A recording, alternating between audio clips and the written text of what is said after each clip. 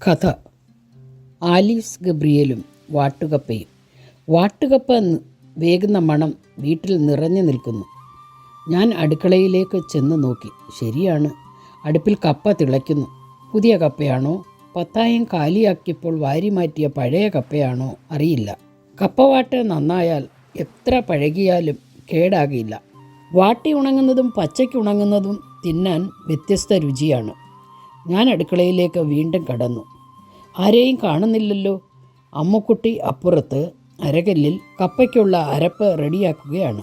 കാന്താരി, ഉണക്കമുളക്, വെളുത്തുള്ളി, ജീരകം ഇത്രയും അരച്ചെടുത്ത് ആവശ്യത്തിന് തേങ്ങ അതിനൊപ്പം ചതച്ചെടുക്കും. ഊറ്റി വെള്ളം മാറ്റിയ കപ്പയുടെ കലം വീണ്ടും അടുപ്പത്തേക്ക് പൊക്കി വയ്ക്കും. അരപ്പ് അതിനുള്ളിലിട്ട് അല്പസമയം അടച്ചു വയ്ക്കും.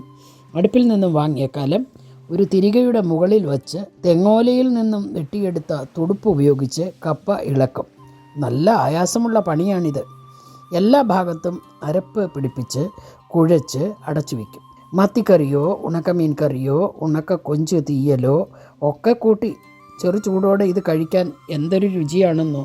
കപ്പ വാട്ടി ഉണങ്ങുന്ന കാലമായാൽ രാത്രി വീട്ടിലാർക്കും ഉറങ്ങാൻ കഴിയില്ല. 2 or 3 പണിക്കാർ ചേർന്ന് കപ്പ പിഴുതു കൊണ്ടുവന്ന് കളിൽ തറയിൽ കൂട്ടിയിടും. 3 or 4 വലിയ കൂനകളായിട്ടായിരിക്കും ഇവ കൂട്ടിയിടുന്നത്. പകൽ പണിക്ക് പോകുന്ന കുടുംബങ്ങൾ രാത്രിയിലായിരിക്കും കപ്പ അരിയാൻ വരുന്നത്. അത്താഴം കഴിഞ്ഞ് തങ്ങളുടെ കുട്ടികളെയും കൂട്ടിയാണ് ഇവരുടെ വരവ്. ആലീസും ഗബ്രിയേലും കുടുംബവും അവറാച്ചനും മേരിയും കുടുംബവുമാണ് അന്ന് സന്ധ്യയ്ക്ക് മുൻപേ എത്തിച്ചേർന്നത്. വൃത്തിയുള്ള കളിത്തറയിൽ പായോ പരമ്പോ ഒക്കെ വിരിച്ച് അവർ കുട്ടികളെ ഉറക്കും. ദിവസങ്ങൾക്ക് മുമ്പേ തന്നെ മുറ്റം കൊത്തിക്കിളച്ച് വെള്ളമൊഴിച്ച് നനച്ച് നിലന്തല്ലി കൊണ്ട് അടിച്ച് നിരപ്പാക്കി ഉണങ്ങിയാൽ ചാണകം മെഴുകി വൃത്തിയാക്കും. ഇത് കപ്പയുണക്കിന് മാത്രമല്ല, നെല്ല് കൊയ്ത്തിനും പയറ്, ഉഴുന്ന്, മുതിര ഇങ്ങനെ പറമ്പിൽ വിളയുന്നവയെല്ലാം പിഴുത് എടുത്തു കൊണ്ടുവന്ന് വയ്ക്കുന്നതും പിന്നീട് തല്ലിയോ ചവിട്ടിയോ വിത്തുകൾ ശേഖരിച്ച് എടുക്കുന്നതും ഈ കളിൽത്തറയിൽ വെച്ച് തന്നെയാണ്. ഓർത്താൽ ഒരുപാട് കാര്യങ്ങൾ എഴുതുവാനും പറയുവാനുമുണ്ട്. ഞാൻ എൻ്റെ പഴയകാല സ്മരണകളിലേക്ക് കടന്നോട്ടെ. കപ്പ ഉണക്കിന് അന്ന് ആദ്യം വന്നത് ആലീസ് ഗബ്രിയേലും ആയിരുന്നു. ആദ്യം വന്നതുകൊണ്ട് അവർക്ക് ഇഷ്ടപ്പെട്ട 2 കൂന കപ്പ അവർ എടുത്ത് പണി തുടങ്ങി. ആലീസ് കളം തൂത്ത് വൃത്തിയാക്കി ഇരിക്കാൻ ചാക്കും മറ്റും വിരിച്ചു. ഉറക്കം വരുന്നതുവരെ കുട്ടികളും അവരോടൊപ്പം ജോലിക്ക് കൂടി. അന്നൊക്കെ വാട്ടുകപ്പ പുറന്തൊലി മാത്രമേ കളഞ്ഞിരുന്നുള്ളൂ.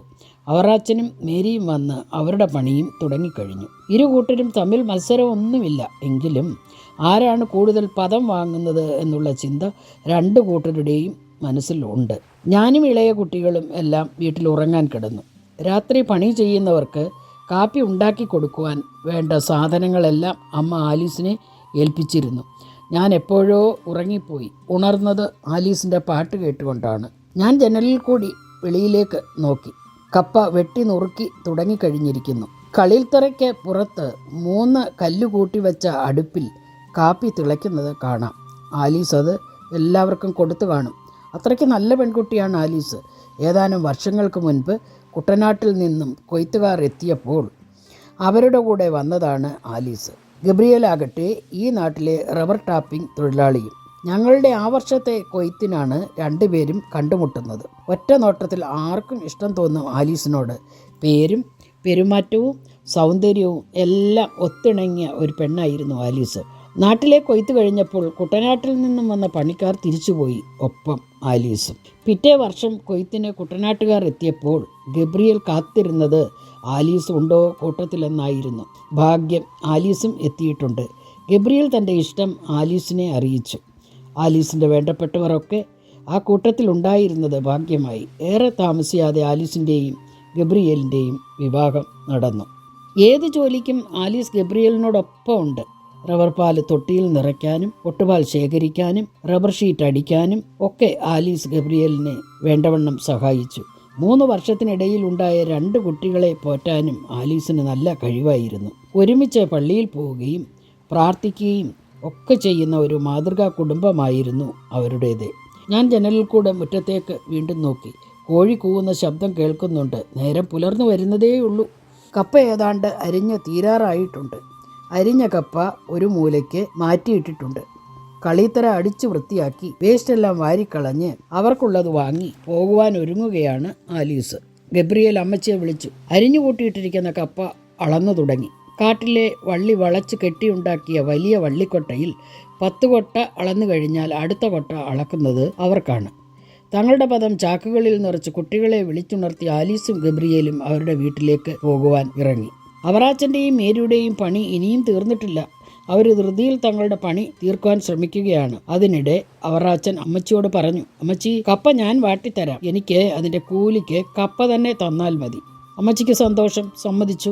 പറമ്പിൻ്റെ മൂലയ്ക്ക് അടുപ്പ് കൂട്ടി വലിയ ചെമ്പ് അതിലേക്ക് വച്ച് മേരി വിറകും ചൂട്ടും കൂട്ടിയിട്ട് തീ കത്തിച്ചു. ചെമ്പിലേക്ക് വെള്ളം ഒഴിച്ചു. വെള്ളം തിളച്ചപ്പോൾ അതിലേക്ക് കപ്പ നിറച്ചു. നല്ലവണ്ണം തീയരിച്ച് പരുവത്തിന് വേഗു നോക്കി. വെന്തപ്പോൾ വലിയ കുട്ടകളിലേക്ക് കപ്പ അവർ കോരി വെച്ചു. വെള്ളം വാർന്ന കപ്പ കളിത്തറയിൽ വിരിച്ച് പരമ്പുകളിൽ നിരത്തി ഉണക്കാനിട്ടു. വെന്ത കപ്പയുടെ ഒരു ചെടിപ്പ് മണം അന്തരീക്ഷത്തിൽ നിറഞ്ഞു നിന്നു. ഉണങ്ങി വരാൻ 4 ദിവസമെങ്കിലും എടുക്കും. 1 വർഷത്തോളം കേടുകൂടാതെ ഇരിക്കും. ഭക്ഷണം കഴിച്ചിട്ട് അവറാച്ചനും മേരിയും പോകാനിറങ്ങി. അവറാച്ചൻ അമ്മയോട് പറഞ്ഞു, അമ്മച്ചി, ഓർക്കാപ്പുറത്ത് രാത്രി മഴ പെയ്താലോ? ഞങ്ങൾ വൈകിട്ട് വന്ന് കപ്പ വാരി വയ്ക്കാം. പറഞ്ഞതുപോലെ വേല കഴിഞ്ഞ് വൈകിട്ട് അവർ എത്തി. കപ്പ വാരി അകത്തു വെച്ചു. മേടമാസത്തിലെ കൊടുംചൂടിൽ വാട്ടുകപ്പ ഉണങ്ങി തുടങ്ങിയിരുന്നു.